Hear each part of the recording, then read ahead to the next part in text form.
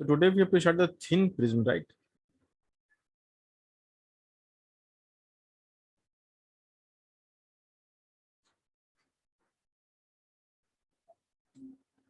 So when the prism is really thin, it means if the angle of refraction is very small, let's say less than 10 degrees. So we say thin prism only when the refracting angle of prism is less than 10 degree.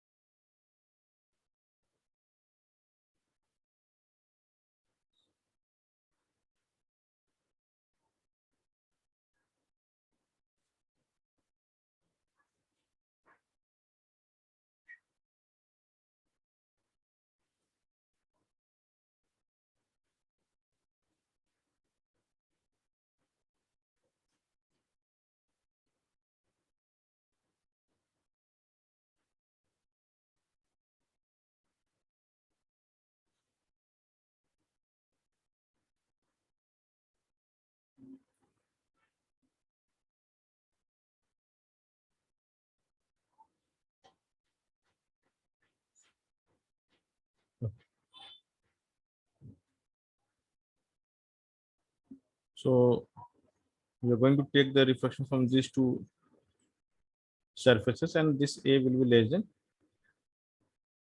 10 degree. So in that case, we call thin prism. And the moment we have a thin prism, we never talk about the minimum deviation or maximum deviation. It is just deviation. So for thin prism, let's say if we use the generic formula for the prism, that mu upon mu medium, if you remember, was sine of A plus del minimum by 2 divided by sine of A by 2. I hope you remember this. Maybe. Yes, sir. So now for thin prism,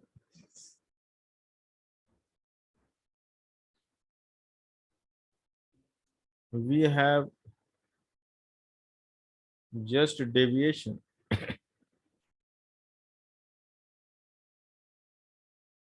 and delta minimum we simply replace by delta and we call it deviation. And because A is small and delta is anyway very small, because the light ray will come out of it very soon, so it will not suffer much of deviation. And now the mu upon mu medium, you can say equation 1 implies for a small angle we can remove the sign, right? Yes, sir. So we can write as A plus del by 2 upon A by 2, and the 2 gets cancelled. So what we really get is 1 plus del by A is mu upon mu medium, and we believe that a thin prism will have a finite deviation property. So the deviation that you will suffer in thin prism will be mu relative into 1 into the thin angle A. So this is the deviation formula which will change from the for a general condition to a thin prism condition. So the moment we have a thin prism, we always believe that deviation is going to be mu relative minus 1 into A. For air, so if prism is kept in air,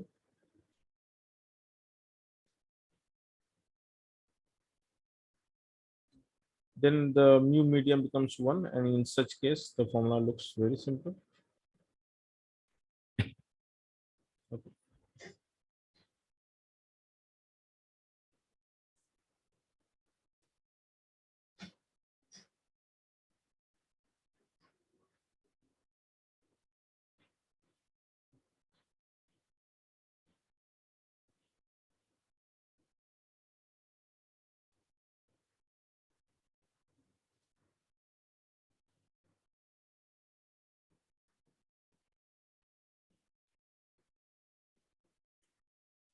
So now this deviation you have to remember that a prism is capable of deviating the light rays by this value. So we'll do some examples first. So we could have directly used Snell's law also, no, for calculation. Of course, we can use Snell's law, but again, if you expand the Snell's law, let's say if you have something like sine A plus, uh, because we can write like this, that I plus E deviation we have here, I plus E minus A, correct? And R Yes. plus R dash we write as A. A1. So if the angle is really small, then the I, let's say if it is almost parallel, it's like they are almost parallel.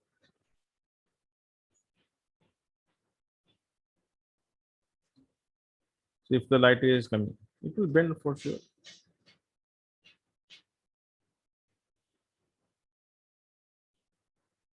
So in general, the way you are writing the deviation will remain same, right?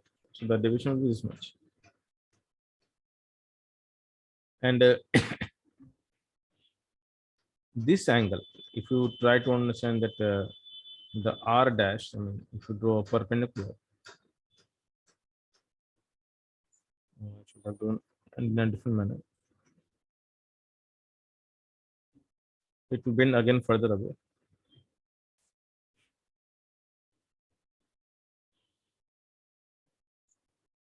Yeah, like this.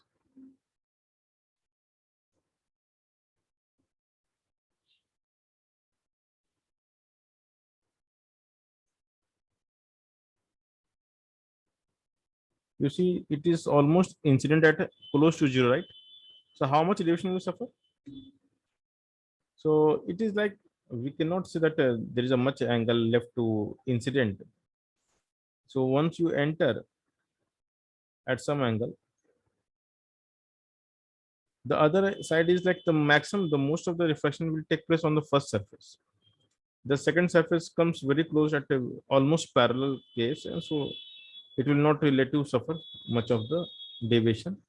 So deviation is going to be really small. I mean, the Snell's law will not give you the correct answer. I mean, it will give you the correct answer, but it is more cumbersome, you can say. In terms of simply deviation formula that we use for minimum deviation, that will work really good here. So if you really want to find, then you have to find a lot of things. Then you have to write Snell's law like this: sine I equals to mu sine R. Then you will write sine of R dash, mu sine of R dash equals to sine of E. And then you have to replace everything like this. So, So and then then, here we can say sine, we can just remove sine. pardon? We can remove sine from the equation because it will be small. No, angle of incidence on the first surface may be any value. Even that I cannot say it's very small, right? So angle of incidence I cannot make it small. Something else will change. So the I plus E, I'm just going to replace. Let's say if I want to write in terms of I only. So it is like this. R we can write as A minus R. And the E we can write as del plus A minus I from here. So this equation, sorry, I think I'm writing this equation. This equation we can write as mu sine A minus R plus sine del plus A minus I. And I think now we need to expand this sine A cos R minus cos A sine R. And then this will become, I will take del minus A as common. So sine del minus I into cos A plus cos del minus I into sine. And then we can take the approximation whenever it is possible. So mu sine A we can write as A because it's small angle, and cos R we can write as 1 minus sine square R under root. cos A we can roughly write as 1. It's a small angle. And then sin R becomes sin R. So let's keep it sin R as of now. Then we have no idea what is the this value, but cos A we can write as 1. And again, we have no idea about this. And sin A becomes A. So you can see that if you want to solve, it is going to be really complex, isn't it? So in the start, the approximation I was taking is A is equal to R plus R dash. No, so because A is small, then those two also have to be small. Yeah, exactly. And And this then sum is very small. So yeah, we can take all as really small values. that's why I was then so we can take I also is very small. Yeah, of course. So Because then see, in the start only we can R write. is very small. R is very small. So this is like a sine I will be mu times that is small value. So eventually everything becomes small only. Yeah. So maybe we can simplify like from here on. Let's say let's simplify from this part. Yeah, that's good observation. So we can write here mu, and then we can remove that A minus R. Then del plus A minus I. You can just write like this, right? And what we are supposed to, I mean, if I just write here I equals to mu R and mu R dash equals to E, then we can replace mu into what is R dash? So R dash is A minus R, Yeah. and E we can write as a del plus A minus I, and I we can further write as mu R from here. I mean, I'm just taking too much approximation. Let me write one by one, otherwise you'll get confused. Okay, so this implies this and this implies this. Okay, so mu, okay, I'll write from here. So mu into R dash, which is A minus R, and E itself is del plus A minus I. So mu into A minus R del plus A minus, and the I we can write as mu R by substituting here. So mu A minus mu R is a del plus A minus mu R. So you can say del equals to mu minus 1 into A, right? Yes. So we can get from the approximation from here also. And definitely what we can understand that, okay, here the deviation will be unique value. Now we cannot talk about the maxima or minimum because the small angle, right? We don't have the scope of finding the maximum minimum. So we have the deviation, and that is the only deviation. There's nothing like a minimum or maximum deviation. Okay. Yes. So now this deviation formula is very, very important.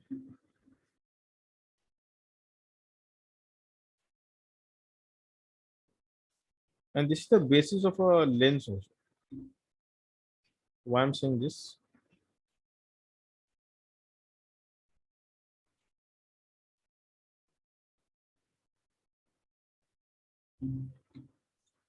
So let's say if we have a thin prism,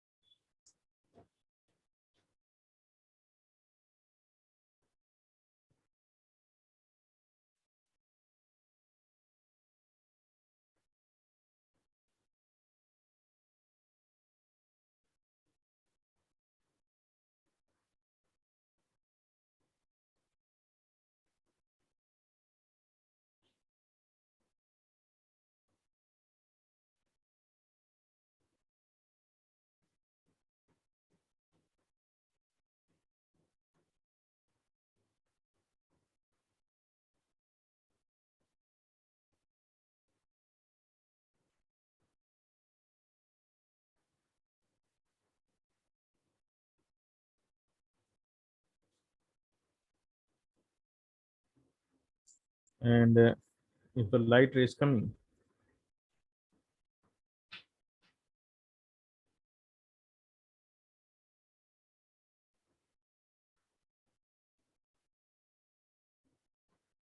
Let's say this height at which it is hitting is h. It will suffer some deviation. So what I'll show is the only the emergent ray. So after getting deviated, the light ray will meet the base somewhere. And if I draw this line further, then this is called the deviation, right? So deviation is going to be a finite value because this is the A and this is mu. So what the deviation here? Deviation here under So the this thin is a film condition. thin prism. Pardon? So A into mu minus 1. It's mu minus 1 into A. Now the benefit is it is the deviation which will give you the idea that how far the light ray will hit the surface. We can find this height also. I mean this distance also. And technically this distance we call the focal length. So the focal length is a definition actually, which means if a parallel beam of light is coming and after the reflection, wherever it meets the pencil axis, I could have drawn uh, equivalent prism on the other side, and this will act as the most basic of a lens system. So I'll come to that. The lens is a prism only. So here we can see that the light hitting the height h on a prism of angle of prism A will suffer deviation and will hit the base somewhere. And if I call technical definition by symbolic value f, if this is f, then we can easily write the definition. These are very small values. Let's say h is very small and deviation is also very small. So the tan of delta, you can write clearly as h upon f. So the focal length here is defined as h upon tan of deviation, which we can, in most cases, we can write as f equals to h by delta, and delta becomes mu minus 1 into a.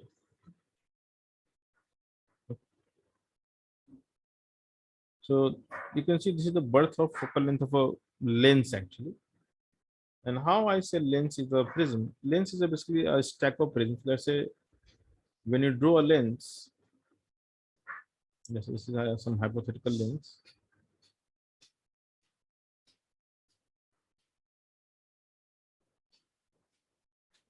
You can definitely cut this into pieces.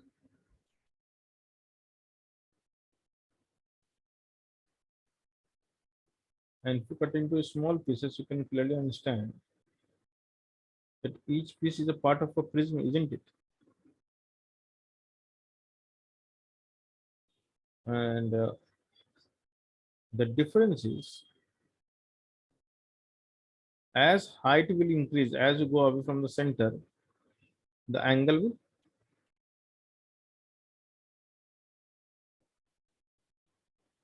Please will you repeat, sir? the A will increase, so F will decrease, right? Decrease, yeah. Inversely proportional. Yeah. So it means the marginal rays in case of actual lens, the marginal rays will bend more than the paraxial rays, right? Yes, sir. And that is what I have, I think, explained somewhere. So when we talk about the marginal rays, so they have a greater deviation, but as you come closer, they deviate less,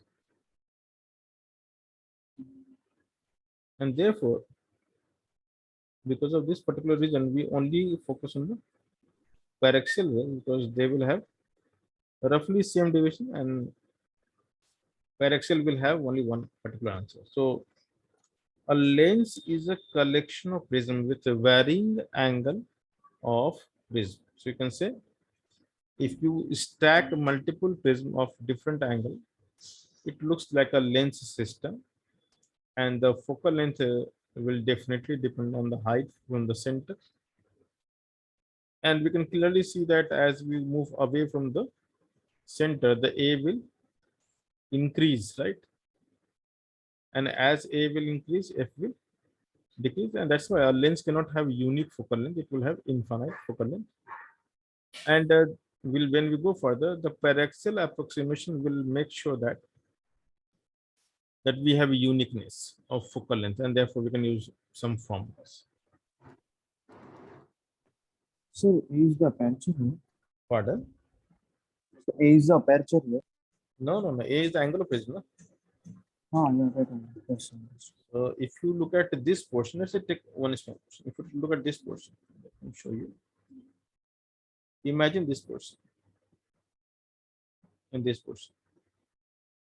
So if we extend this line, it will meet somewhere here.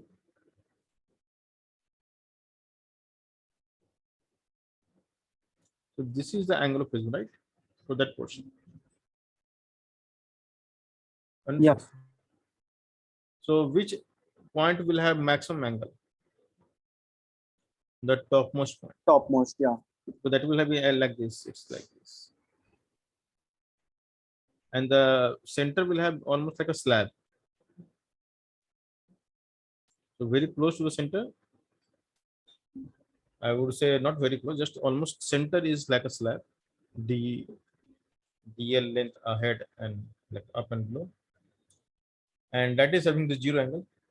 And then as you go further and further, the angle will be there. I mean, of course, we can get zero tangent only at center, but anywhere else it will have some curvature, and that will create the angle of prism.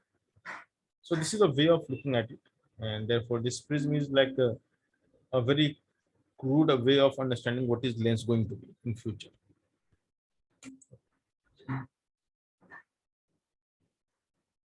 Yes.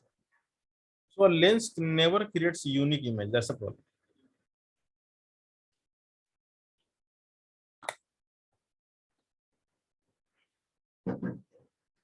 Now the second thing that you should understand is that the refractive index itself is function of wavelength.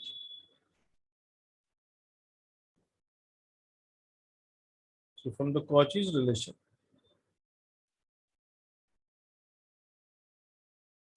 we know that mu equals to a plus b by lambda square, which means it is going to be function of lambda. And therefore, even if I take a single light ray, this becomes a plus. So technically, as lambda will increase, the mu will decrease. So mu minus 1 will increase. Sorry, mu minus 1 will further decrease. And therefore, the f will what will happen? So as lambda will increase, then mu will Increase. lambda will increase, then mu will decrease. No? Oh, sorry, yeah, mu will decrease. F will increase. And as mu will decrease, f will Increase. which means lambda will increase and f will increase. So both will be proportional, right? Yes, sir. So bigger wavelength will have bigger focal length, which means lesser deviation. So big wavelength suffers less deviation. That's common sense. So we know that the red suffers least deviation and the blue suffers the maximum deviation. Understood? So under the topic of dispersion, we can understand that the deviation suffered by a prism will be different.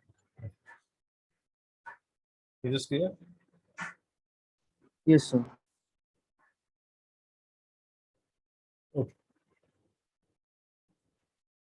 So that will lead to the concept called chromatic aberration.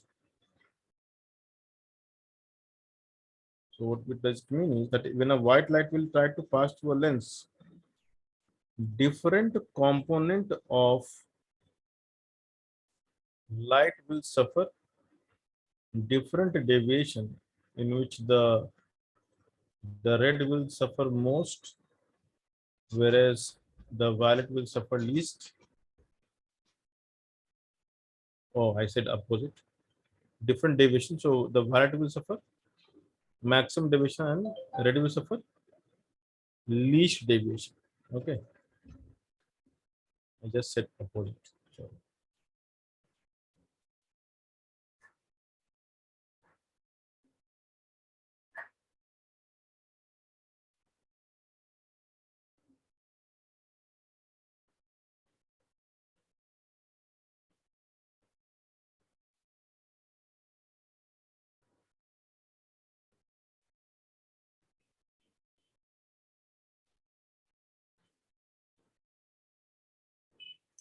if a white light is there, let's say I'm picking only one height, I'm not changing the height. If this is white light, then the deviation will be different for all rays. So the blue will suffer maximum deviation and the red will suffer least deviation. And I think I should make this color scheme.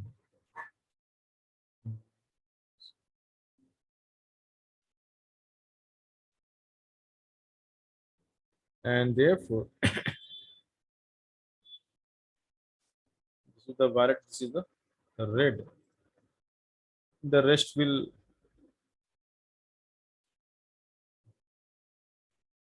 be in between. And this effect is called chromatic aberration.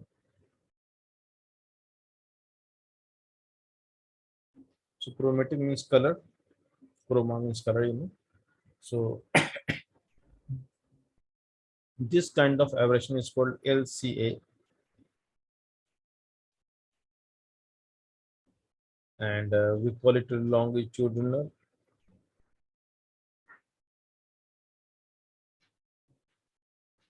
chromatic aberration.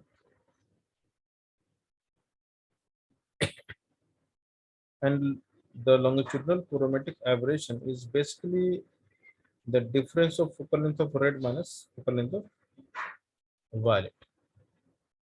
For paraxial rays, the LCA becomes really small. So you won't see a much difference. We write as okay.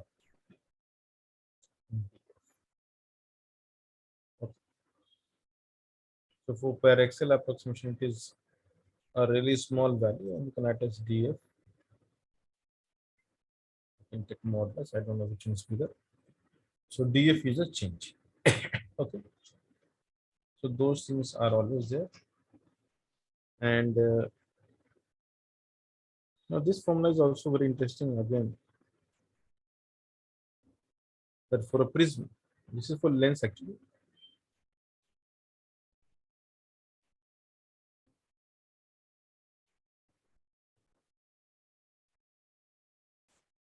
So for a given height, this is the formula.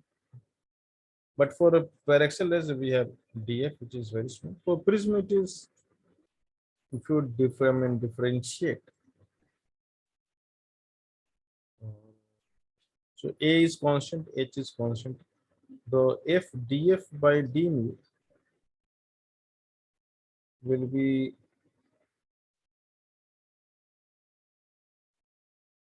something like this, right? So if we differentiate with respect to mu, the focal length will change as per the refractive index by this relation.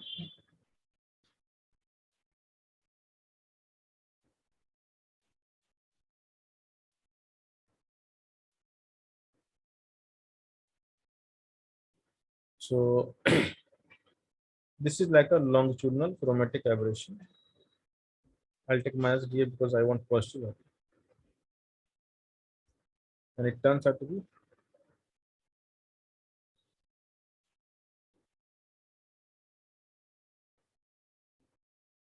so H d mu upon. So d mu is like the difference between the violet and the red. Okay, you can find that. And the mu here represents the yellow. So that's how we modify this in the last. So the average we take for the yellow light, and the d mu represents the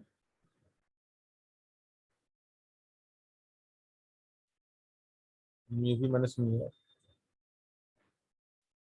I think this is, we can leave like this. In different context, I'll bring this mu y. So in ray optics also we have to do a lot of differentiation stuff to get something like this or relationship. Or they may ask you that if the refractive index is a time dependent function, then how the longitudinal chromatic aberration will change. That they may ask. So the df by dt they may ask you as a function of d mu by dt, and let's say they have some optical isomers, and you know that in case of optical isomers it is quite possible that it may change the angle of polarization, and it may change the refractive index also based on Yep. some reaction. So that's all possibilities are there. Okay. All right. So let's see something more.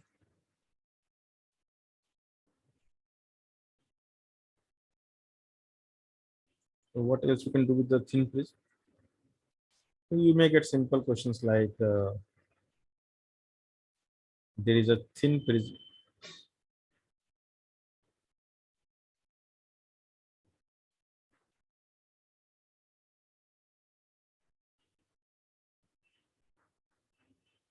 of angle of prism A, and now we have a plane mirror. Okay.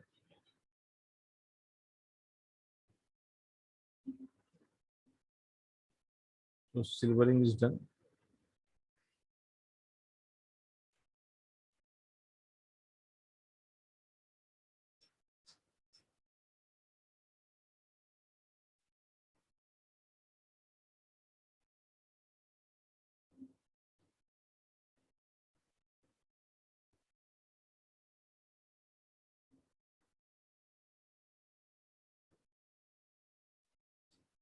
And now what will happen if the refractive index is mu?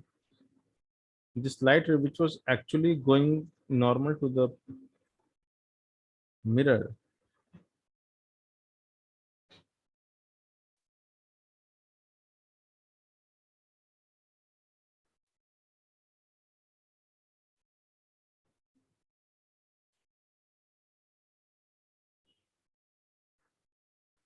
you can just extend this time.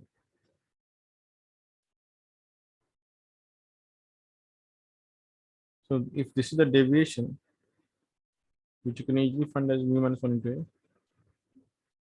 So if this was the right angle, then this will deviate and therefore it will suffer reflection exactly at the same angle.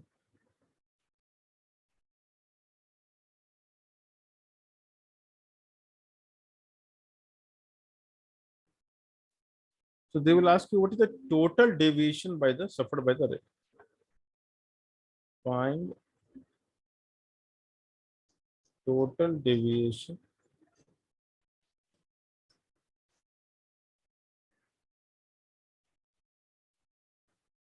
suffered by the ray. So what will be the total deviation? Can you guess? I mean, calculate.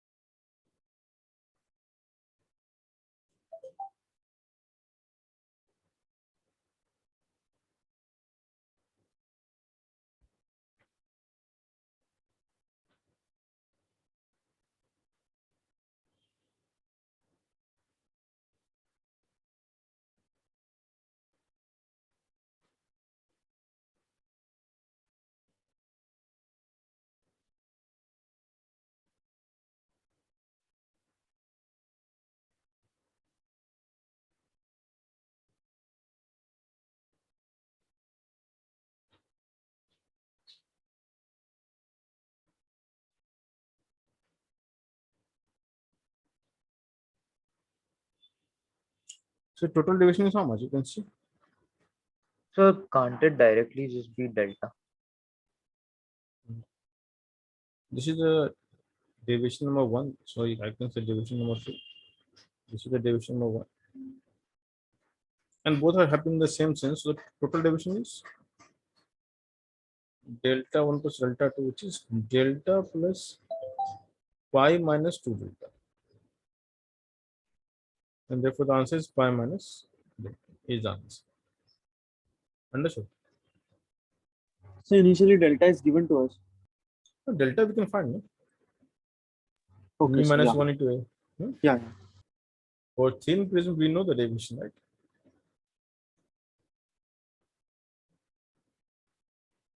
I hope this is clear.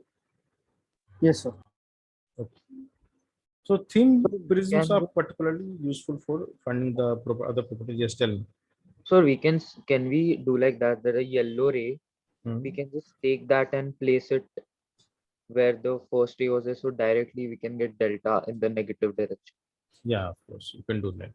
I hope you are seeing this one. That if we bring the first ray here, right? Yeah, Yeah. directly we can get the answer. Yes, definitely. So you can do that for sure. It's a geometrical property. So anything you can do with geometry, you can apply here and you can get the answer. Okay. Yes. The other question that you can have is let me separate.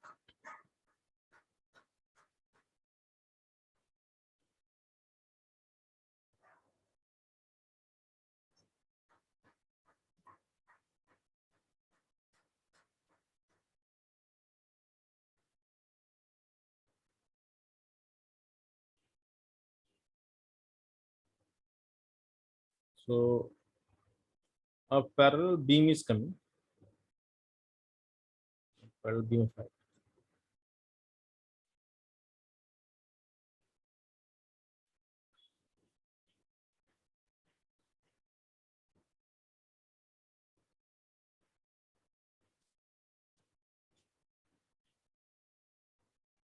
So it's a parallel beam of light. And now we have something called concave mirror.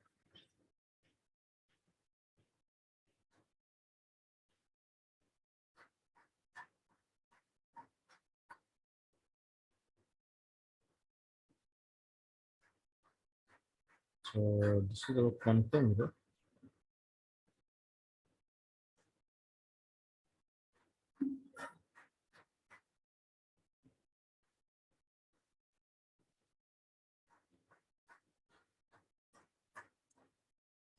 So it's the principal axis.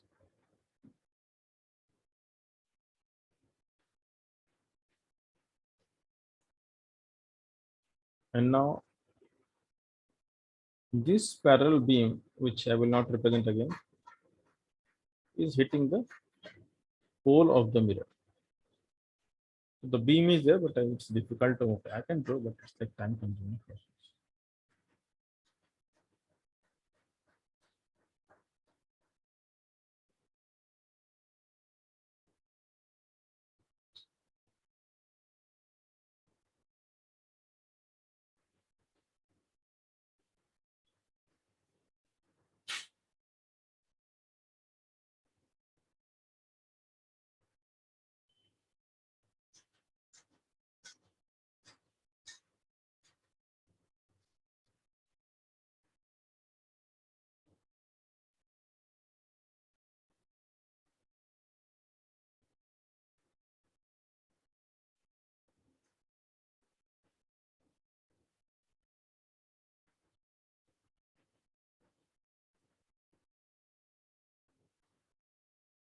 So if the beam is coming, so we know that it will suffer a deviation delta, and therefore this angle is delta. So what will happen when the parallel beam will hit the principal axis? We know it will converge, and because it's a paraxial light, because it is very close to the principal axis, the point of convergence will be a point, single point. So it would converge somewhere here, making the same angle as the first one making. So the entire beam will converge at this point.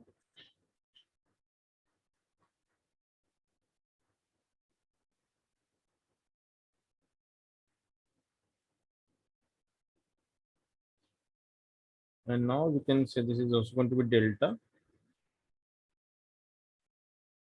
Taking this as origin, this as x-axis, and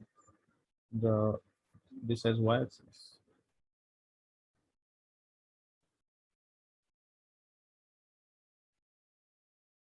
The coordinate of the point of convergence will be, so you can clearly see it will converge in the focal plane. This is f. So the x coordinate is minus f, and the y is minus f tan delta, or you can say, yeah. So you can write like this. It is clear. Yes. So you can always use the deviation part to your use. Now we'll go to the next topic actually. Are you solving the 41 years questions Yes, sir. for ray optics part? Yes. So I've been not yet started, but doing HCV. You're doing SCB.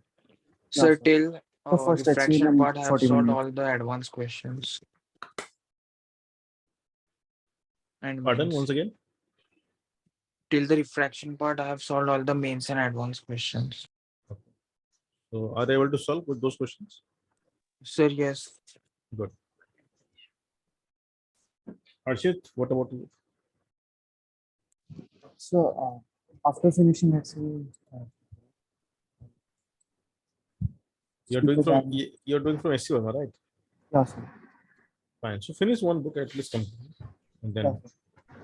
we'll go to the next. So now we are going to study something about called dispersion.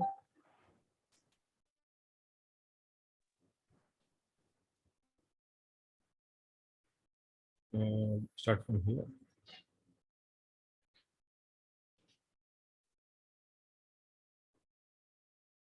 No, start from here.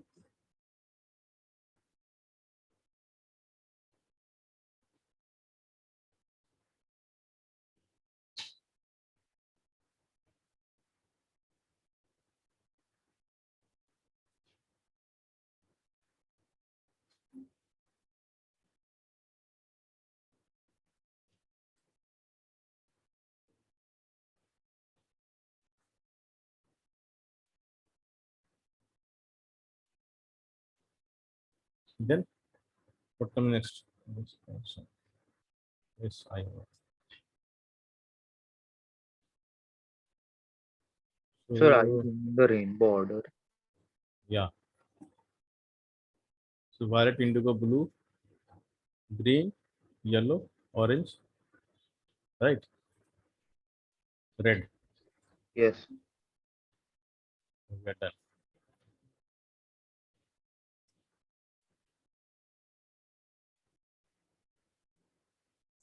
So the white light will suffer dispersion, right? Dispersion is a phenomenon actually.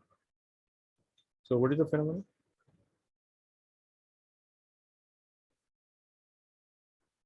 Sir, it splits into constituent Correct. color.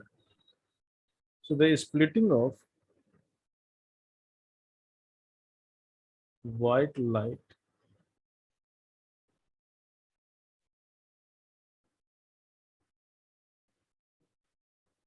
so the splitting of white light into its constituent.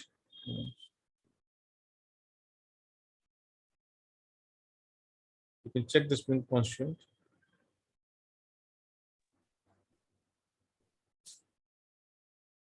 Colors.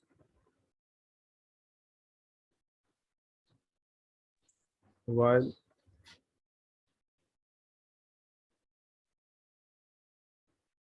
passing through a medium is called dispersion.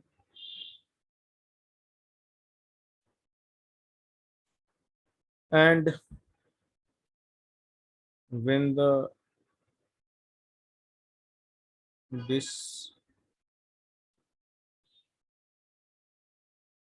light, when the dispersed light is obtained on a screen,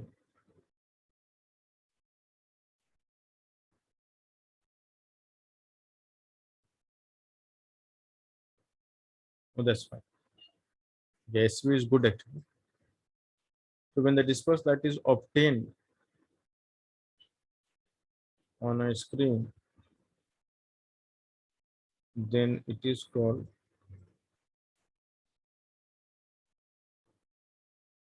spectra. So spectrum is not only for white light. Whenever we obtain the light on a screen, and if you can see some and constituent colors, we call it spectrum. So you might have heard about the hydrogen spectrum, right? So in the hydrogen spectrum, what you do? So you take a container containing the hydrogen gas, and the sunlight is passed through that gas. And when you see on a screen, you see some missing line, some dark space, or you can say dark band. And Energy what is we call, absorbed. yeah, so we call it the absorption spectrum. Yeah. And we know that only corresponding to the energy difference in the orbit, those wavelengths are absorbed by the H atom, and therefore on the other side of the screen, those frequencies or wavelengths are absent, and therefore we call it absorption spectrum. Similarly, we have emission spectrum. Okay. So when every excited atom will undergo the de-excitation. So as a result of de-excitation, those energy will be re-emitted in form of electromagnetic wave. And when those waves are, let's say, again obtained on a screen, what we call emission Vision spectrum. spectrum. So these two types of spectrums are very famous: absorption and emission spectrum.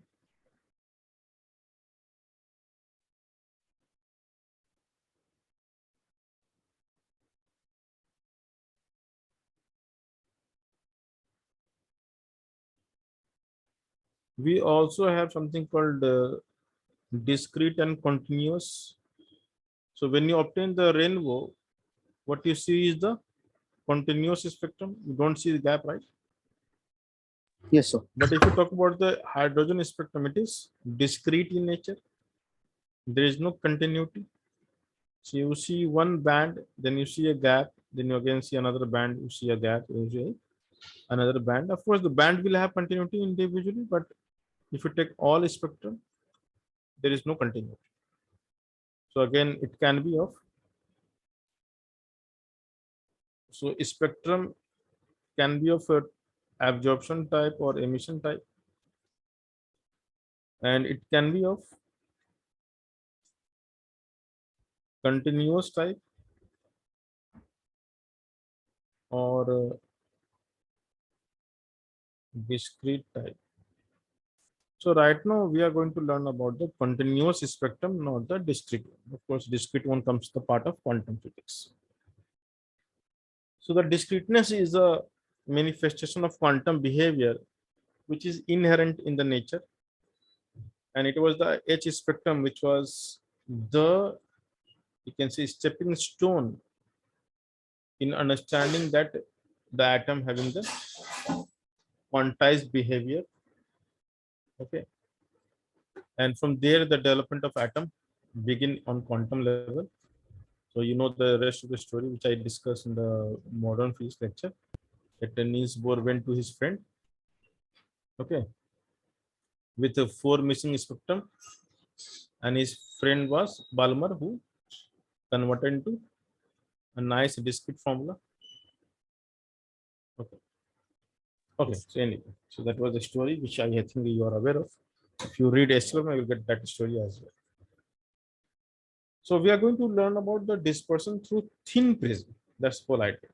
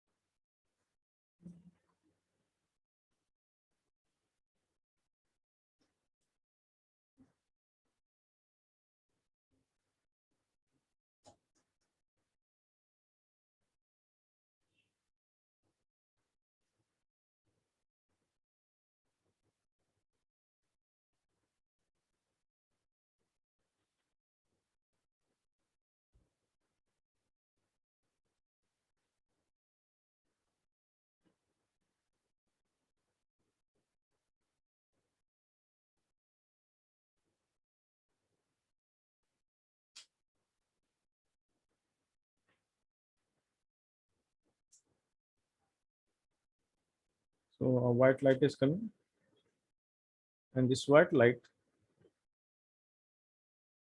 will, let's take one more step.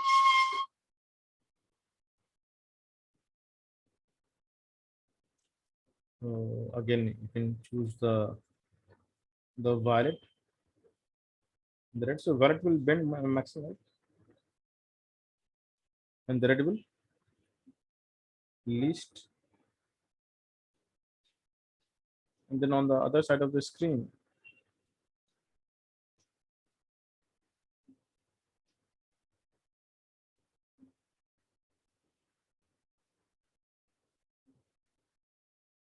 this red will reach here, and the violet will, let's say, reach here.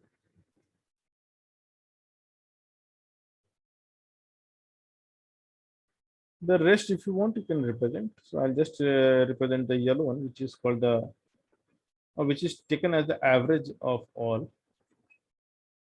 It is definitely not the center, but this is taken as average. So you are supposed to only know three: the red, the violet. Violet into the blue are not distinguishable. Basically, they represents one. Okay. So violet is violet. I think indigo and blue we cannot distinguish. So all are very close to each other. So there is no clear distinction. Now you can see that every component will, suffer different deviation. So the red is here, and violet is here, and yellow is.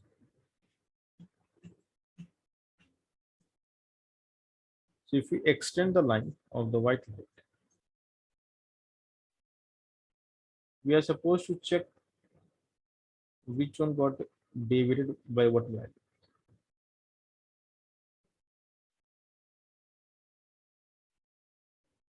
So this is called deviation by the violet, and this is the deviation by the yellow, and this is the deviation by the red. Okay. Very simple. So the first thing which we need to define here is a mathematical measurement, and that's called the angular dispersion.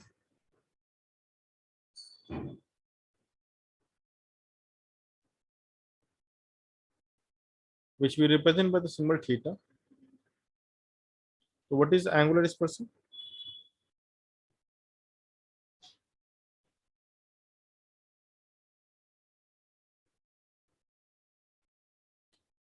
You can clearly see it is defined as the,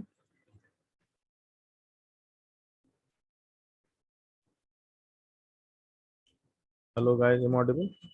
Yes, sir.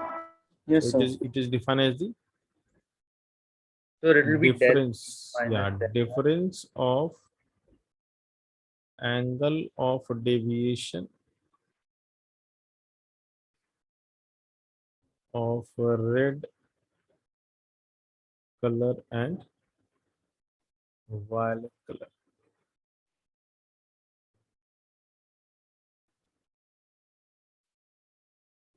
There's a difference of deviation.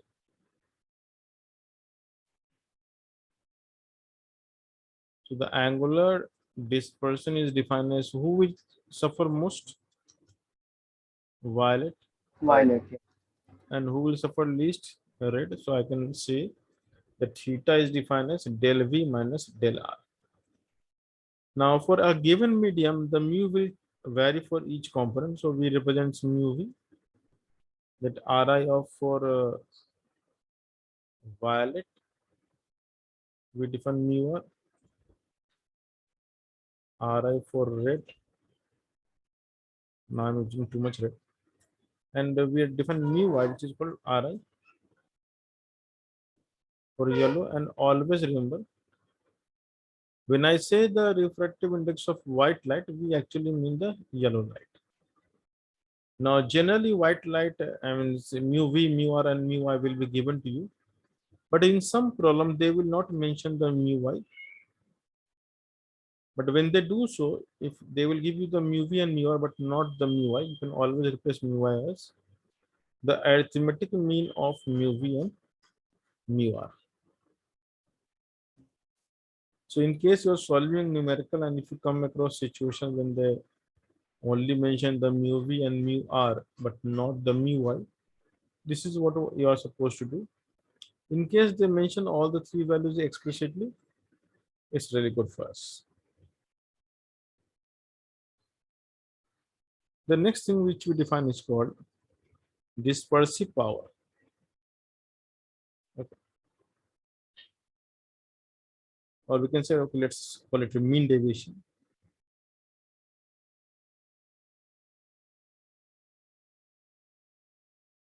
The mean basically refers to the average of all deviation.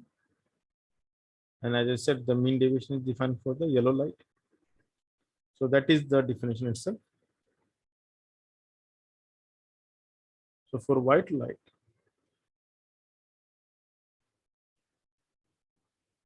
the deviation suffered by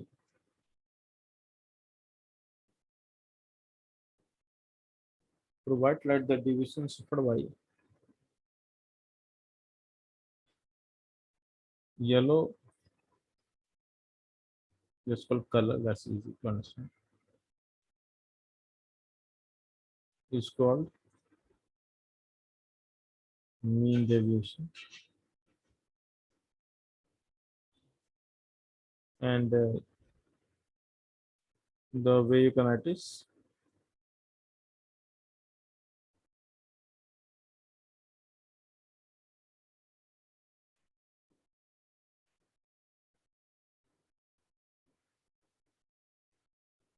no.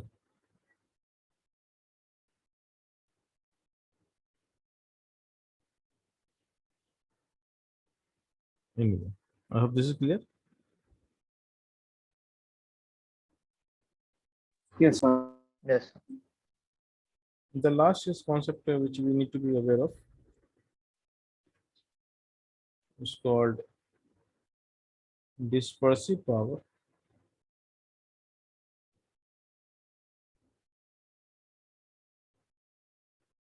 which we represent by the symbol omega. And the definition is very important. It is defined as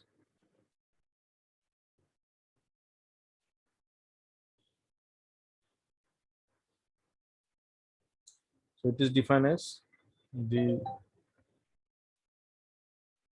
ratio of it is defined as the ratio of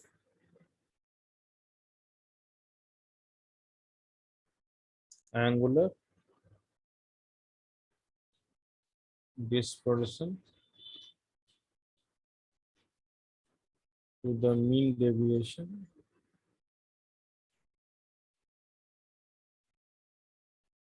so basically dispersion is a deviation, so it's a difference of deviation upon mean deviation. So it is the theta upon delta y, which is nothing but the delta v by delta r. minus r upon. So that's why I said it's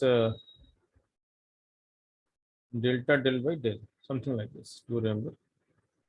And this is called the dispersive power. Okay.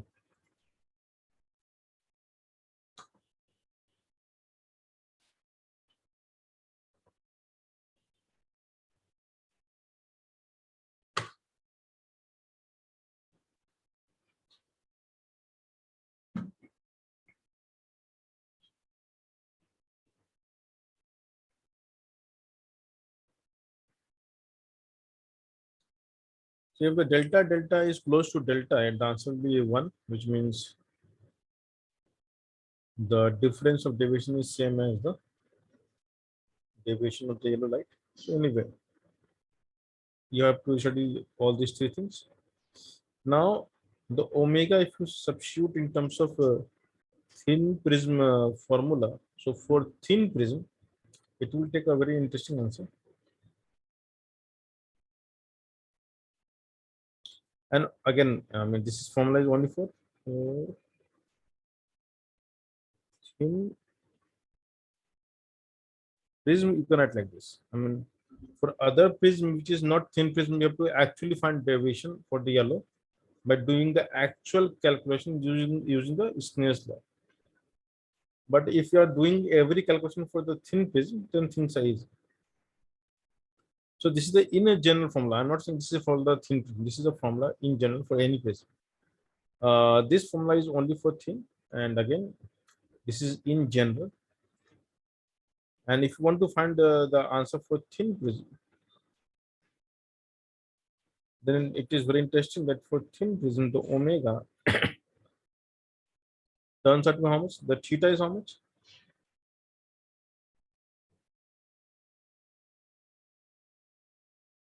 So delta V we can write as mu V minus 1.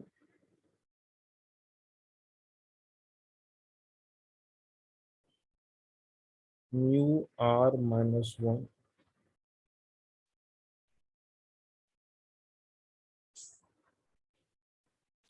And if you look carefully, this will be free from the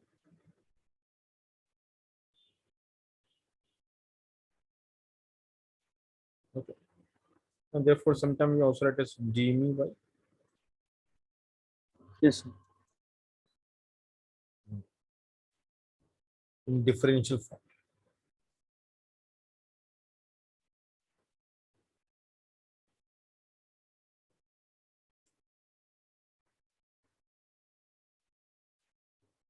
So what we can see that the dispersive power has nothing to do with the angle of prism. It only depends on the refractive index for every component offered by the medium. So that's why it is called the property of medium, not the geometrical property of medium.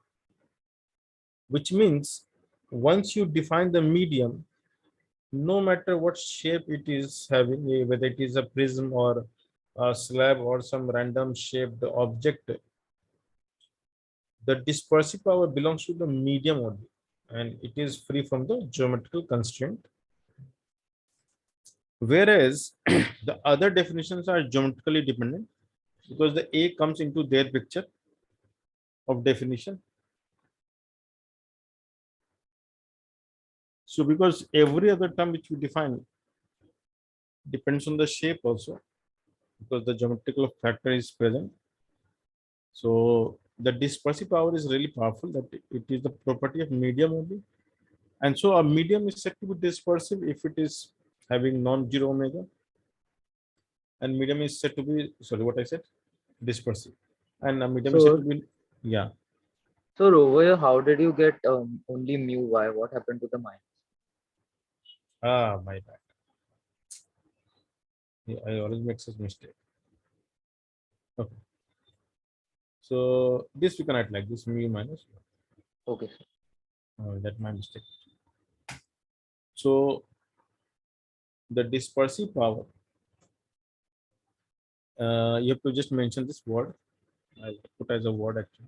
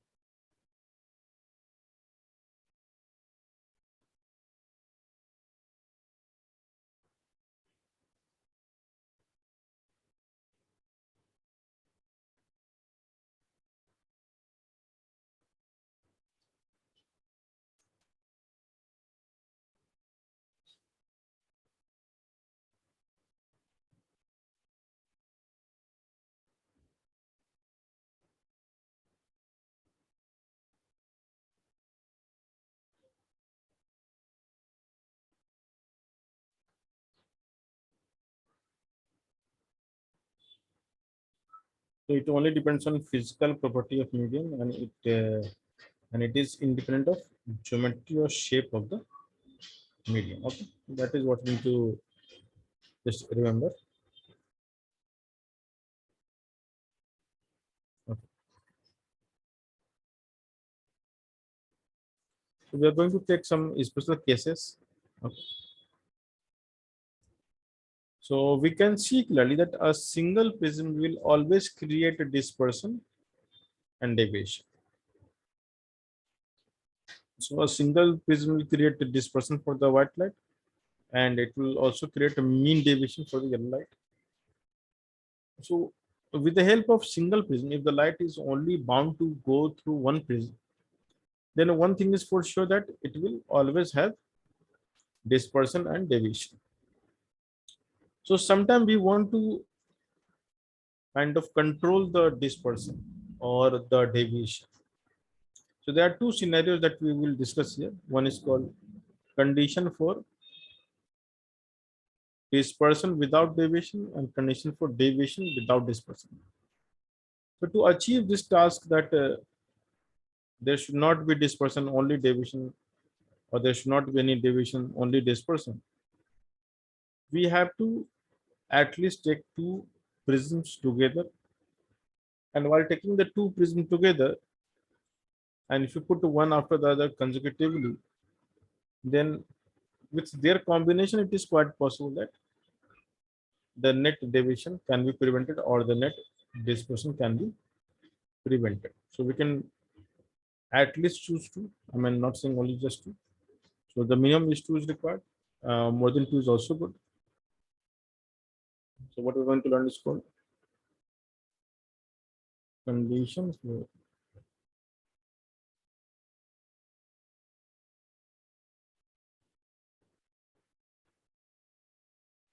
dispersion without deviation.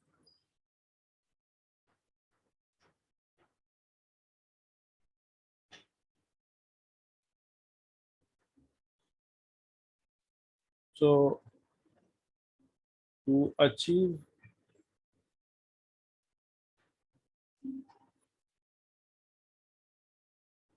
this condition, we have to use combination of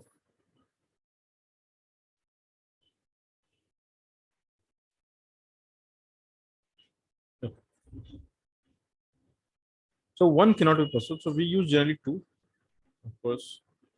So the way of achieving this is I draw like this. Let's say this is the first prism. And here the concept of orientation comes into picture. So let's say you have bought one prism, and one fine day you decide that okay, I'm going to achieve the condition of dispersion without deviation. So you go to market to buy one identical prism, but that fine day the shop was closed and you went to some other shop where they had the prism, but it was made of slightly different material. So the first prism may be made of flint glass, but next time you went and you asked for the prism, he said, okay, I have a round glass prism. Now different types of glass will have slightly different refractive index. So their property will change slightly from each other. Okay. So what you do next is you go to buy, okay, you say, okay, it's fine, you give me the whatever you have. But if you take a prism of different material, then to achieve this task of no dispersion or whatever, you have to change the angle. So you will bring some, I mean, something to rub or something which you will, I mean, modify the shape of the prism, or at least you can change the angle.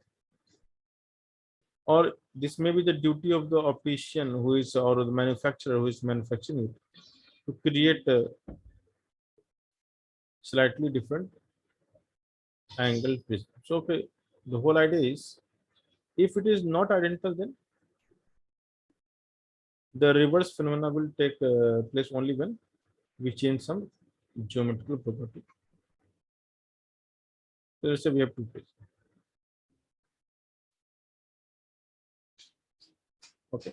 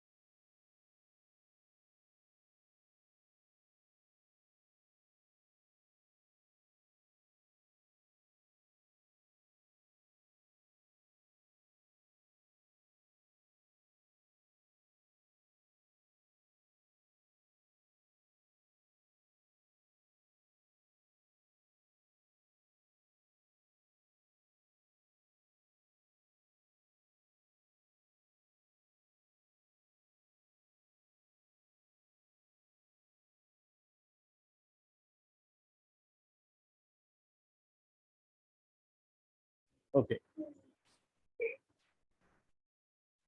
So every medium will have its own dispersive power, and as I said, if you change the medium, the dispersive power will change. So let's say we have two prism, one with dispersive power omega, other with dispersive power omega dash.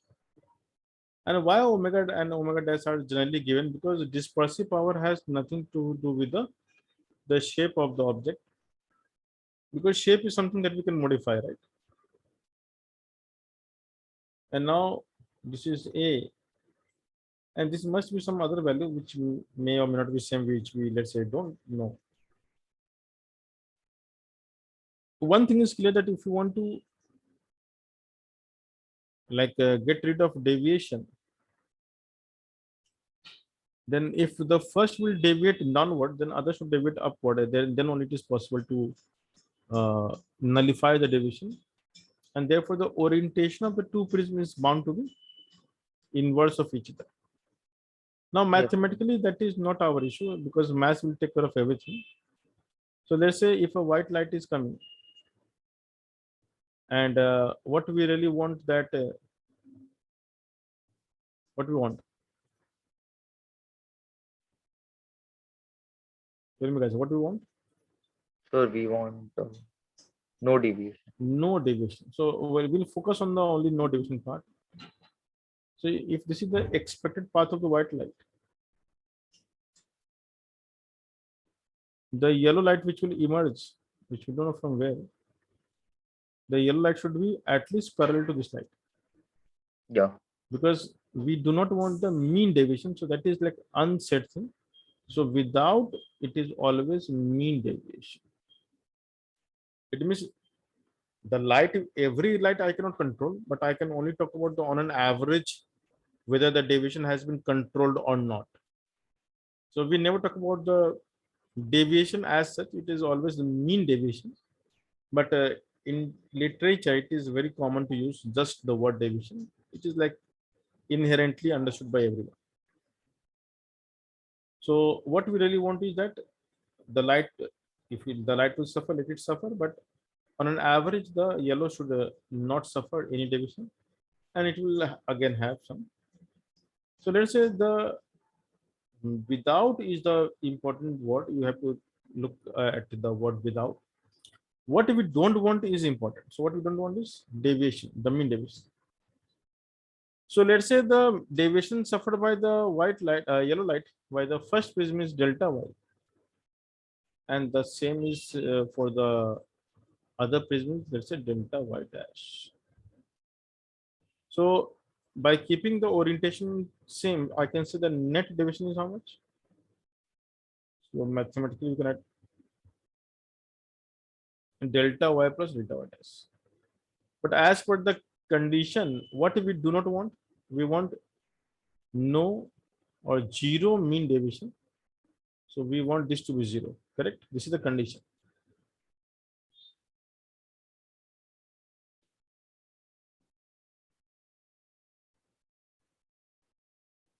So no mean deviation. And if this is a no mean deviation, what you can say?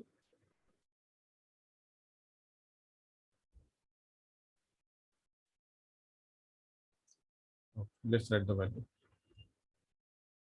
So delta y plus delta y dash is zero, which means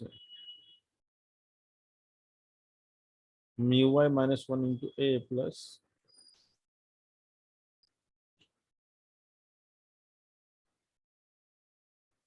so mu y minus 1 into a plus mu y dash minus 1 into a dash is 0.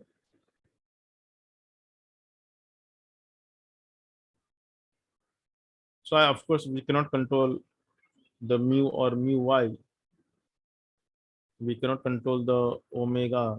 What we can only control is the a dash. So given the first prism, the second choice we can make. So we know that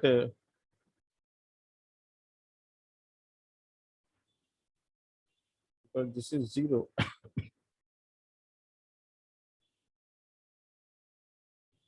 The a dash will be how much?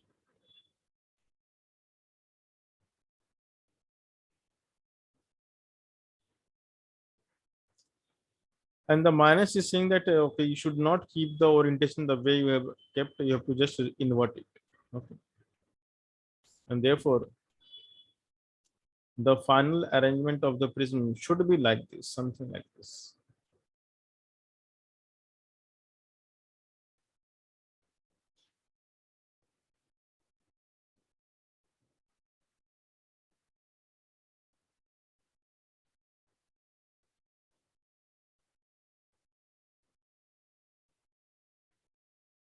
So omega and omega dash, a and a dash must have the opposite orientation to achieve the task that we are looking for.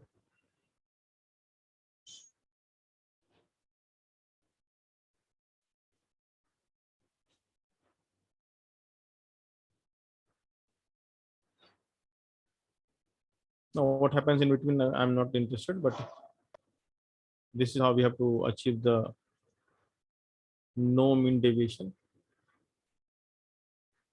And such orientation is expressed by the negative sign here. So this sign is important for you. Now, if I would have started with this assumption itself, that okay, let's say they have this orientation, then the way I would have done the answer is del y minus del y dash. So I would have started by writing this only, and that would have given me the positive answer, which means the way I have assumed is correct. Understood? Yes, sir. Now we have achieved the condition, okay, that if you have a new prism of this angle, then you can. So the value you have to take positive only. The minus is only for the orientation. So you know that the new prism that you have to create by rubbing some glass slab maybe should have this a dash. So we achieve the desired goal of no deviation, but in this case, you are going to suffer dispersion because that is not the control, right? So since we haven't controlled the dispersion, so let's see how much is the dispersion. So the total dispersion will be how much? Theta plus theta dash as per the assumed orientation.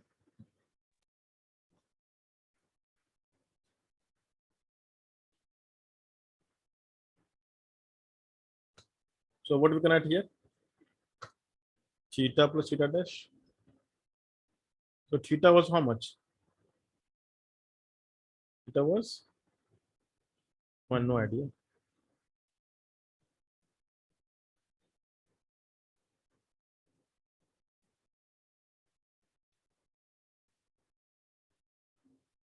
This was the idea, right? Oh, sir, yeah, that theta. Yeah, sir, understood. So the angular dispersion. Now see, we have controlled the deviation, so you will have angular dispersion.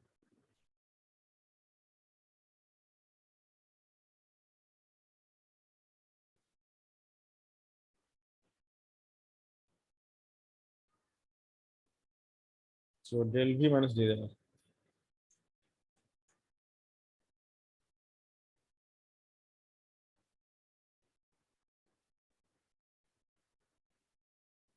And we can substitute the A dash value with its sign.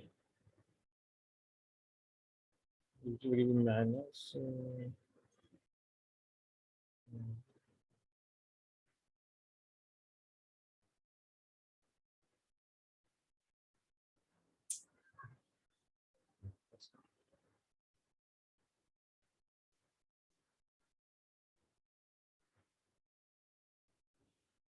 So generally there is a trend, or you can say this is a very conventional way of writing. We take the common called deviation of the first prism. So we are going to take this entire term as common, and if you do so, A is common and mu y minus 1 is common. What we get is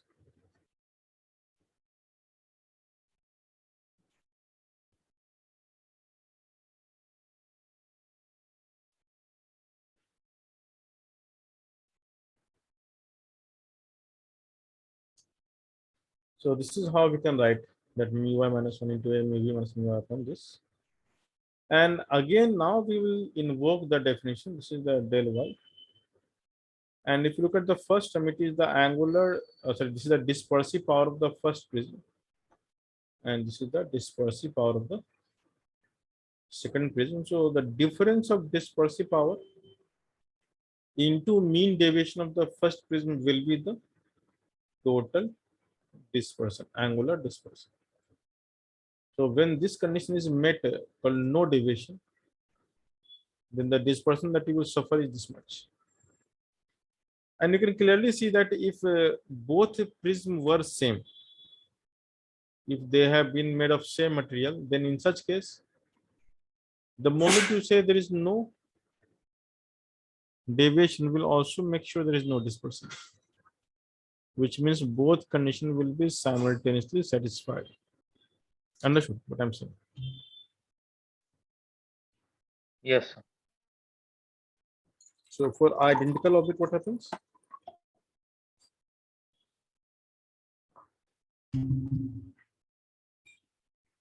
Both conditions get satisfied, right? So identical object. I mean, same, made of same material. If the medium is same, then omega will be same as omega dash. Yeah, yeah, huh. Then theta will be also 0, Yeah, which means when you make the deviation 0, that dispersion also becomes 0. yeah, If they are different medium, then only one will be 0, other will be non-zero. So if you try to control one, other will not be controlled. Okay.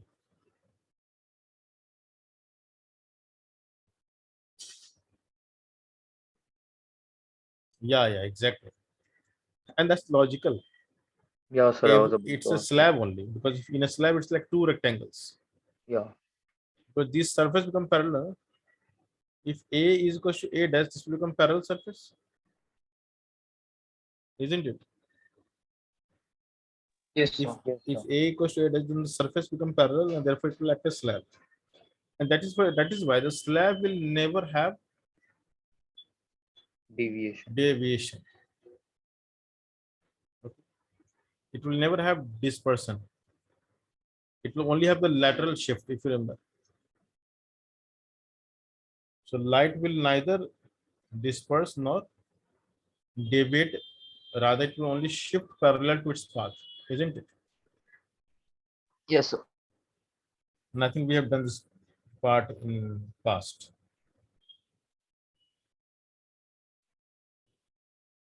Is this clear?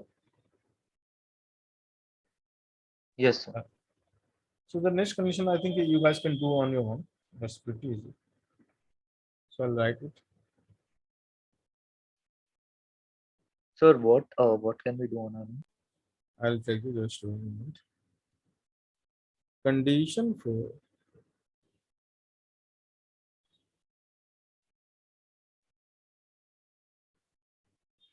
mean deviation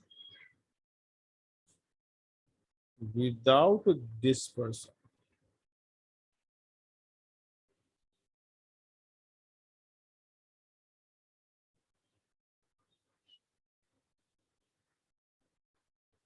So what we do not want is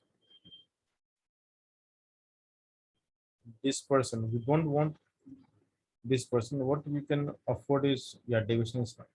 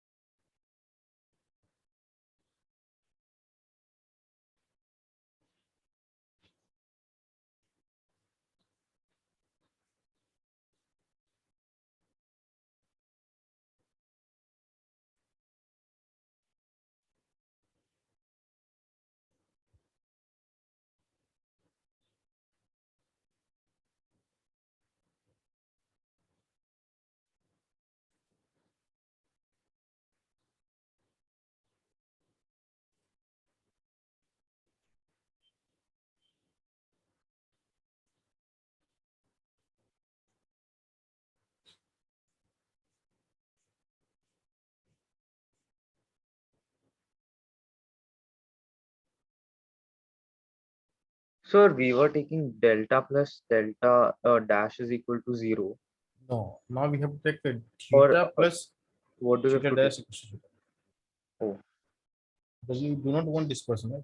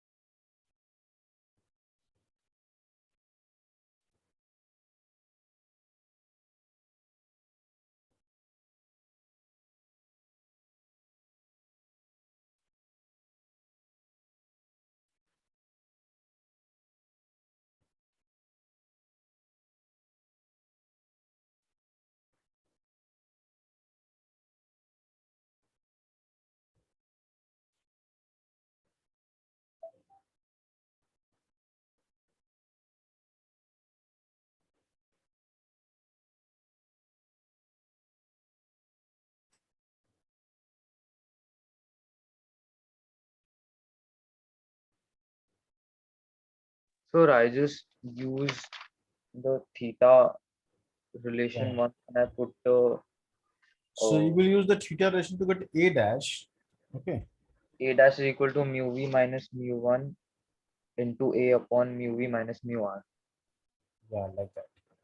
And then once you got the condition, then you have to find the net deviation. So that is not going to be controlled, right? And once you get that answer, then convert into delta y separate and omega dash.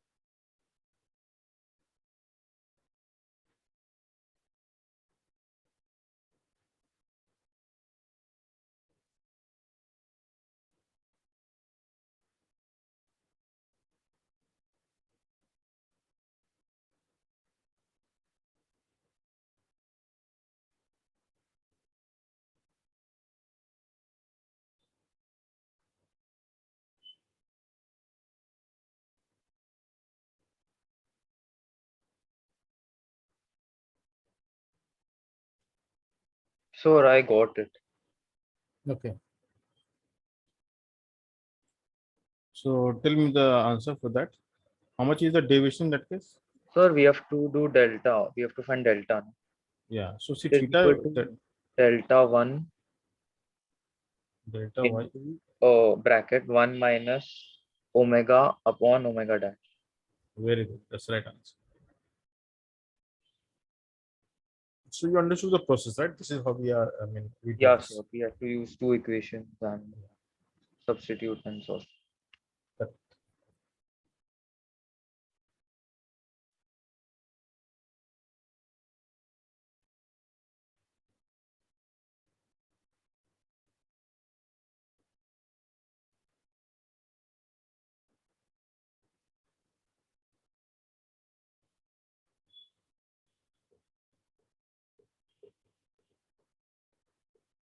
Okay. So now we can go to the next concept. I think the discussion is done. I think there's a really nice question that you have ray optic sheet. Yeah, sir. Yes, sir.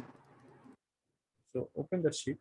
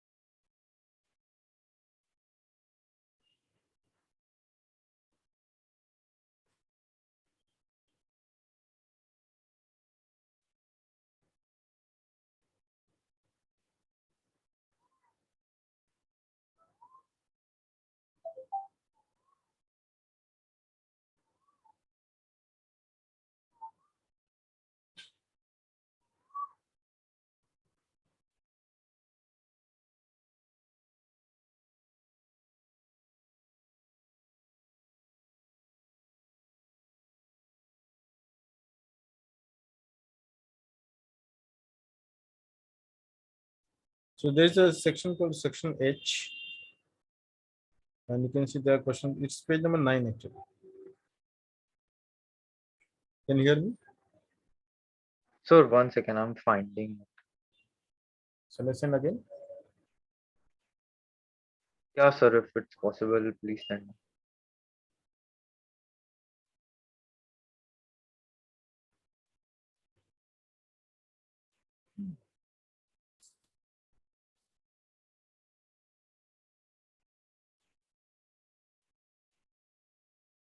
I have some, you can check actually.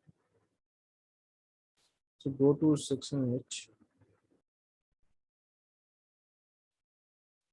So section H. Yeah, page 9.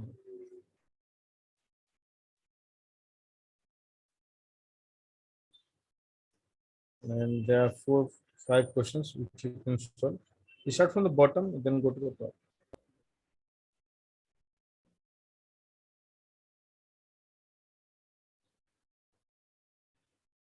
So finish that part, then come back to it.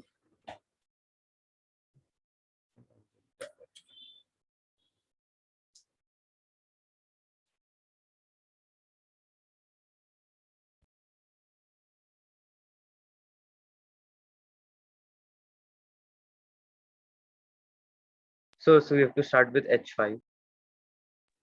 Yeah, from H5 to H1. So, or maybe you can solve from 1 to 5. That's fine. You have time. You can take your time. Yes.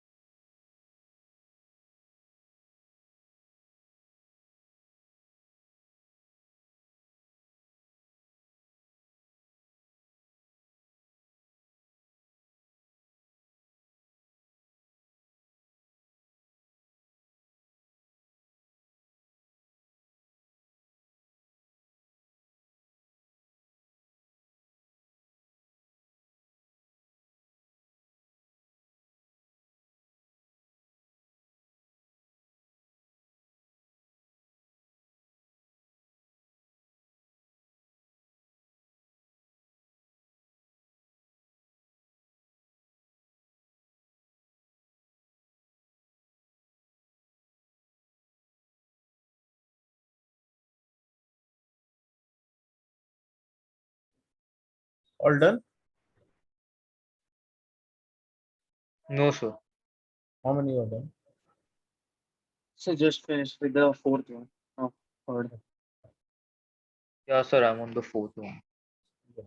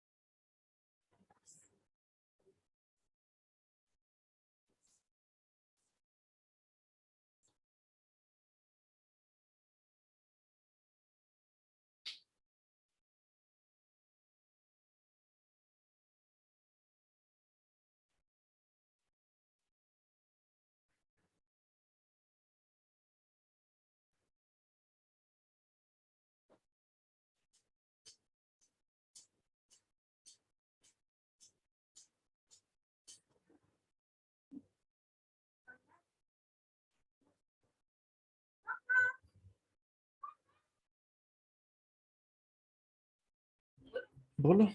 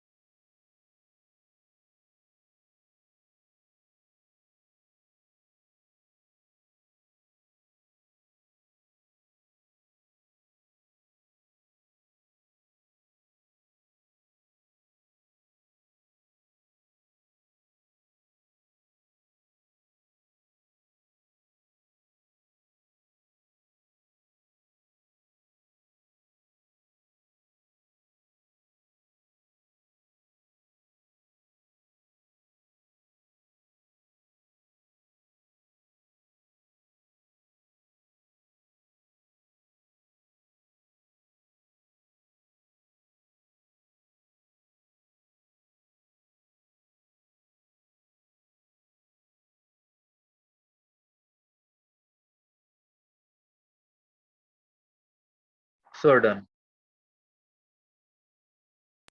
Okay, all done. Yeah, sir. I checked. I got that. Any doubt in that? No, sir. Okay, it means you got the idea. Okay. Okay, Yeah. so all right. Then we have to start the next topic called uh, refraction from curved surface. So I'll derive the formula today. We'll do the rest in the next lecture. So done. Very good.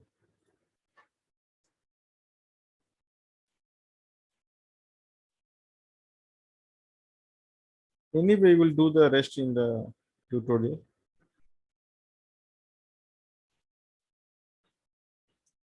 So we have applied the Snell's law so far, if you remember, for a planar surface, right? So the interface so far that we witnessed was plane surface. Actually, there are many questions that I really wanted to do, but since you're doing in tutorial, so you do it there, and once you get stuck, you can ask me. That's not an issue.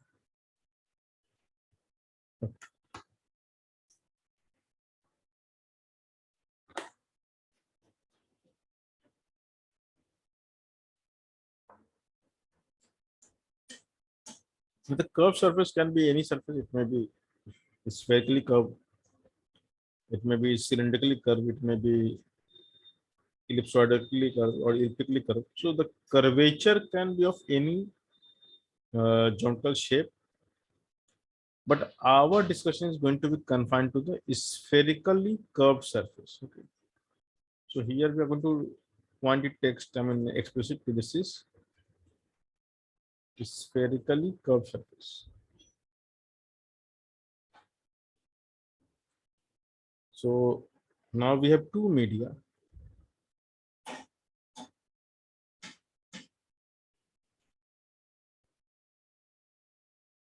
So we have two media.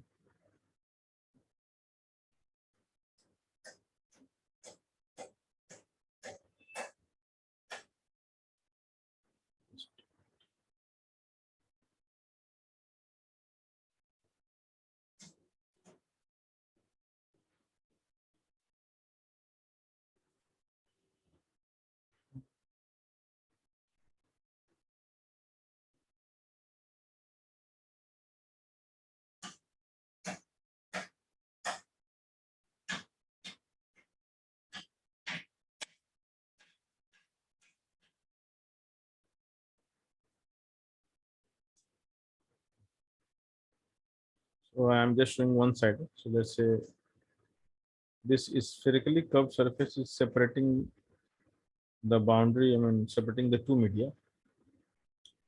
And the only thing is the surface is curved.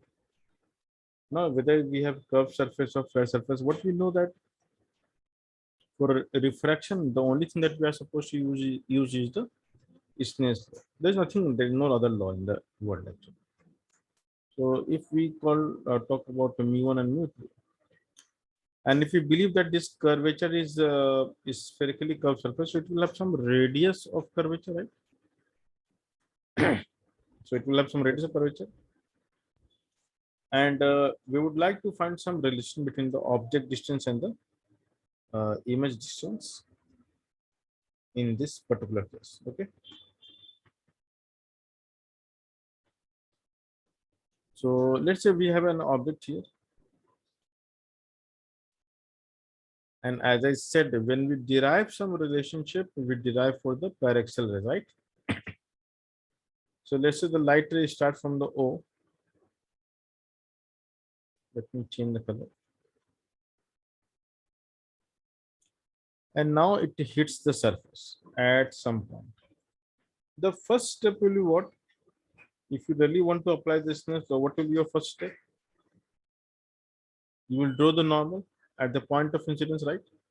Yes, sir. So that is a obvious logical step, that you draw a perpendicular. And once you draw a perpendicular, you can also see that for any spherical surface,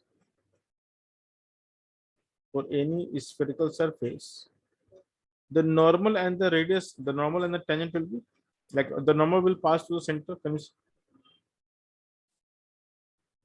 So for any spherical surface, can you say the normal will pass through the center?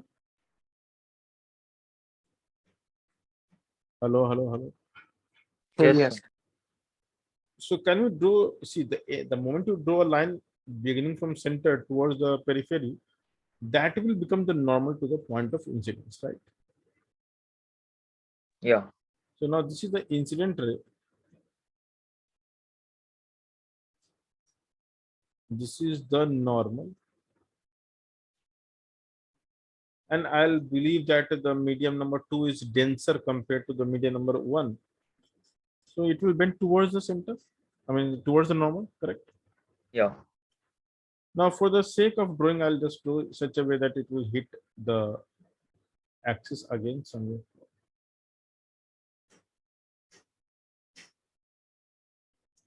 To form the image, we need at least 2 rays, but the paraxial ray, if the ray will begin like this, it will go only like this because this itself is normal. Correct? So this ray is called normal incidence, isn't it? And it will suffer no refraction, it will just go straight. Yes. And these two rays will meet at this point. So we can call this is the image position, isn't it? Yes, sir. So everything is pretty much obvious. What is image, what is object, what is what. Let's call this as the point P. Again, what is the first step of Isner's law? You write the angle of incidence, right? What you do next? You draw the angle of refraction. So we are done with I and R. Okay. And the moment you have I and R, what you do next? You write the Snell's law. The second step that we need to do is we have to assume these angles alpha, beta, delta. I don't write gamma because gamma may be confusing for R also. So alpha, beta, and delta are the three angles. And as I said, every derivation in ray optics is assumed for the paraxial rays, which means although I have shown the angle of incidence here, but this will be very close to the principal axis somewhere here, right? Or somewhere here. And therefore, this gap that you can see is actually negligible. H is tending to, so let's assume H is tending to 0 for derivational purpose. If H will tends to 0, then every angle we can say will tend to 0, isn't it? Yes, sir. Okay. So I and R is given to you, mu1, mu2 is given to you. Write the first equation along with me. So first equation is the Snell's law. So you can write applying Snell's law, and you all will learn how to derive something. So applying Snell's law, what we can write? Tell me, guys. You tell me, I will write. mu1 sin I equals mu2 sin I. mu1 sin I equals to mu2. Hello. So sin R. Sin R. Fine. Very good. So mu1 sin I equals to mu2 sin I. That's really good. Okay. The next part is we are solving any equation for paraxel, so we can write sin I as I and sin R as R. Correct. So the next step is using paraxial approximation.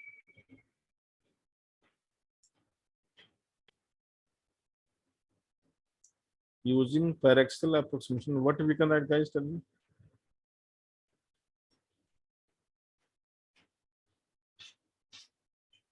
So like,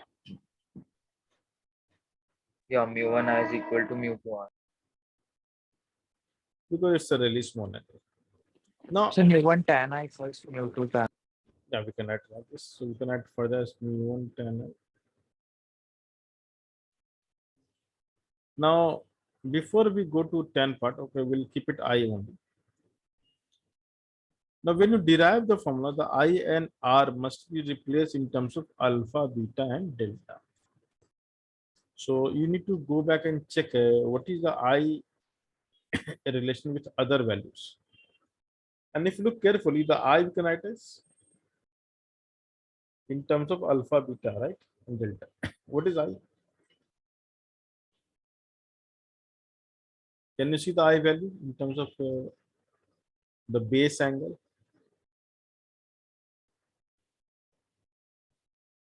I is the exterior angle for which triangle? Do you see that triangle? So MOC, Yeah.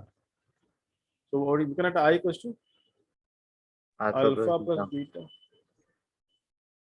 And similarly, the R delta and beta are also related. We can say beta equals to R plus delta. In some other triangle, the exterior angle is equal to sum of the far two interior angles. Yes. So R we can write as beta minus delta. Let's call this is question number. That's fine. So because I and R will vary from point to point, we must express in terms of alpha, beta, and delta. That's a basic step we always follow. And now let's substitute in the Snell's law formula. So I we can write as alpha plus beta, and R we can write as what we can write R?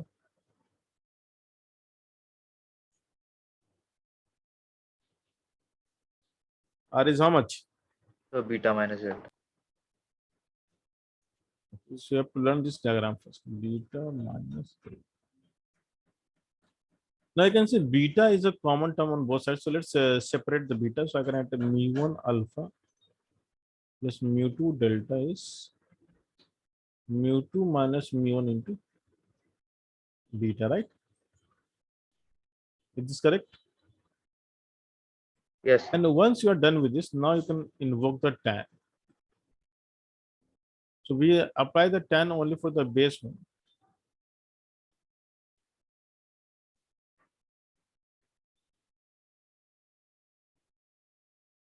And then use the h to write the other value. So what is tan alpha? Can we write as h upon OP roughly? This gap is almost nothing, correct? Yeah. So tan alpha you can write as h upon OP. Yeah.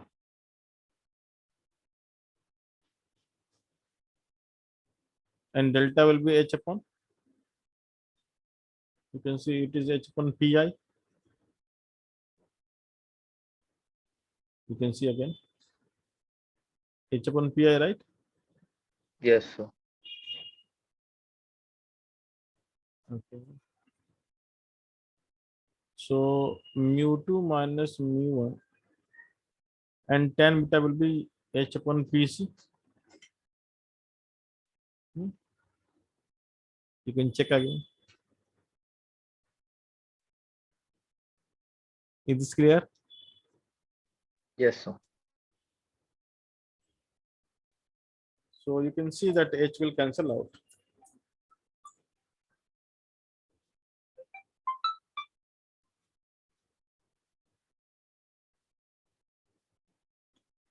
So what you get is mu1 upon OP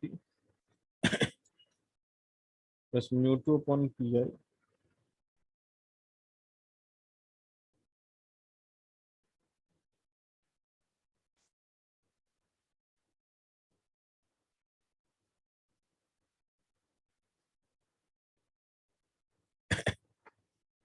Now this is not the formula. This is the conditional formula that we derive for the surface like this. I could have surface this way also. So when you derive something with one particular assumption, then to create a formula, we must substitute every value with its proper sign, and the sign convention will be same to what you know. So we take the direction of incident ray as positive, and then everything else we can decide.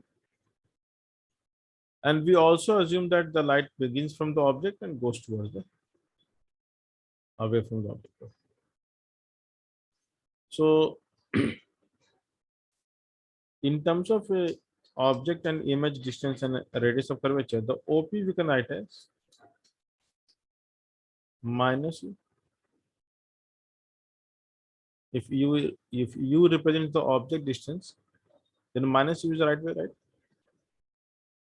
Because the light ray is going this way, but OP is, we can say PO. PO is opposite to the incident light, correct?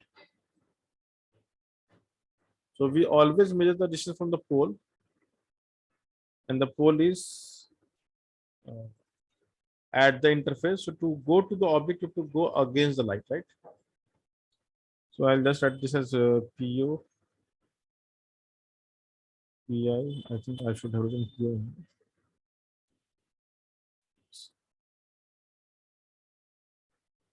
And then I'll make it a small change here. It looks better than nothing else. So PO we can write as and PI we can write as plus V or minus V. Tell me, guys. PI will be Sir, can you show the diagram once?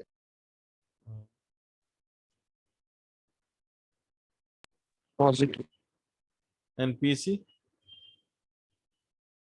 Positive. So when you substitute the symbol with its sign, it will be independent of the situation, and therefore we get the perfect answer. So Yes. now you can say the A implies mu1 by minus U, mu2 by plus V, Plus V is equal to mu2 minus mu1 by R. and this we can further rewrite as mu2 by V minus mu1 by U is mu2 minus mu1 by R. And what is the mu1? Mu1 is the medium in which the light ray begins, and mu2 is the medium in which light ray goes to. So 1 and 2 will have that meaning, and we should take the meaning in a right way. So 1 is the first medium, the object's medium, and 2 is the image, you can say, medium. And this formula we call the Newton's formula for refraction. Newton's formula for refraction. Okay. And then you can also define the magnification. I'll define separately.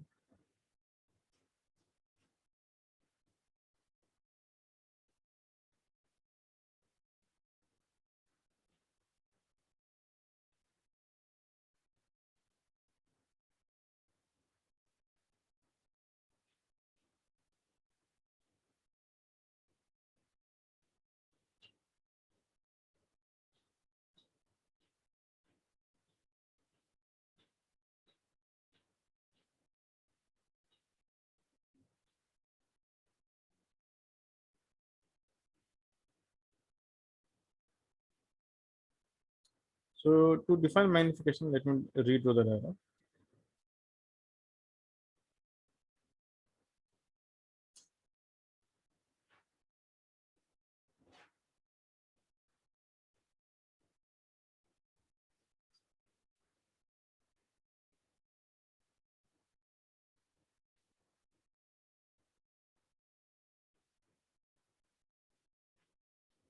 So it's a spherically curved surface, and let's say we have object here.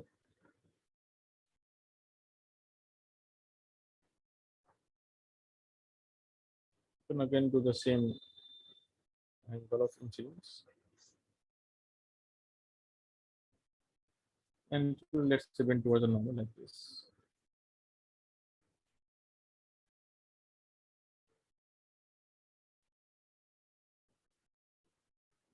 If I say if this is the object, you can say this is the image. If this is the angle of incidence, this is the angle of reflection. This is the height of the object. You can say this is the height of the. Let's call it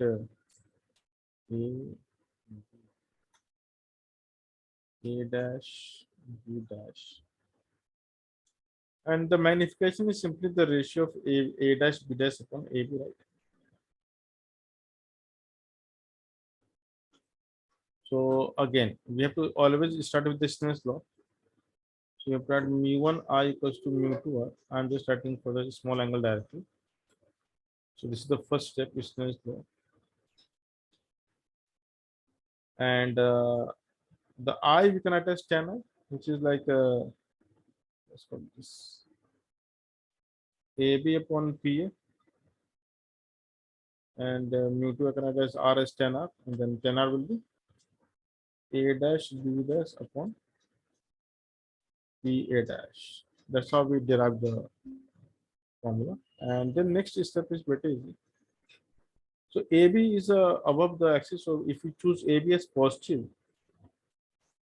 the PA will be negative U, and mu2 into A dash B dash will be minus H, so minus HI basically. Because it's below the axis, so we have to take this way. And PA dash will be plus 1, so that we can have the formula. So magnification is defined as height of image upon height of object.